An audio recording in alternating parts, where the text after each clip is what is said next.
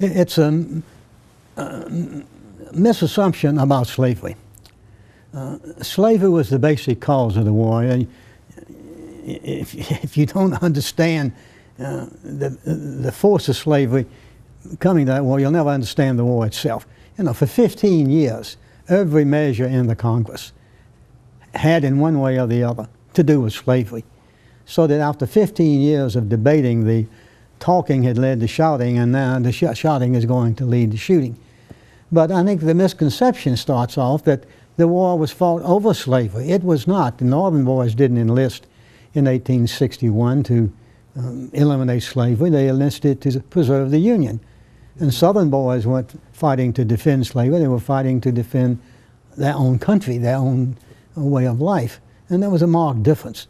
So on the one hand, you can say without slavery there would have been no war, but I don't think it's correct to say that men went off to fight in the first couple of years of that war over the issue of slavery. That's not true.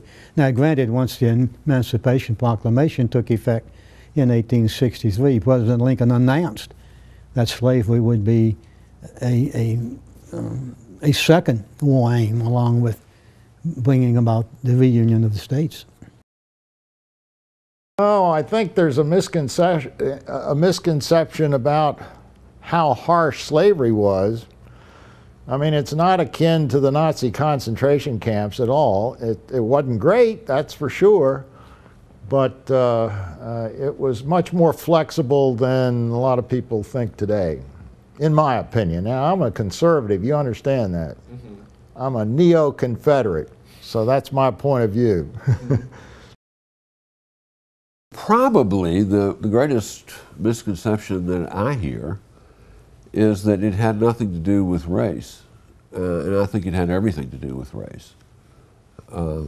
Slavery lay at the core, it seems to me, of the reason the southern states seceded from the Union. But also, the people who didn't own slaves were concerned about race. The assumption that we couldn't have a biracial America, which has proven drastically wrong. But I think in 1860-61, people in the South were concerned about their social mores.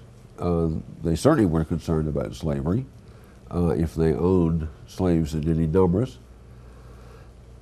And they were also primarily concerned about race and what would happen if you unloose a captive population of 4 million African Americans. What happens then? Do you lose your job? That might be the nicest thing that happens. You might lose the use of your life and other things. And that was the rhetoric in the origin of the war. Is just full of these references. 50 years ago, when I participated in the 100th anniversary of the coming of the Civil War, the great interpretation was predominantly dominated by Southerners, and it was that blundering statesmen had caused the Civil War. And there was nothing irredeemable about the slavery issue. The slavery issue could have been solved if only the politicians hadn't been so stupid. And I was one of the people who tried to demonstrate that slavery was a problem that was very difficult for any politician to solve, whether he was a genius or a blunder. Now the whole thing has shifted.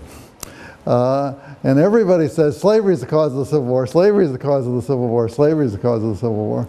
And I think we're losing all the subtleties in the situation as a result of this knee-jerk opinion that is now predominating. So whereas 50 years ago I would have said the problem with this field is that people don't take slavery seriously as an issue, now I would say the problem with this field is that people don't take other things as seriously as they should, and how they played into the slavery issue.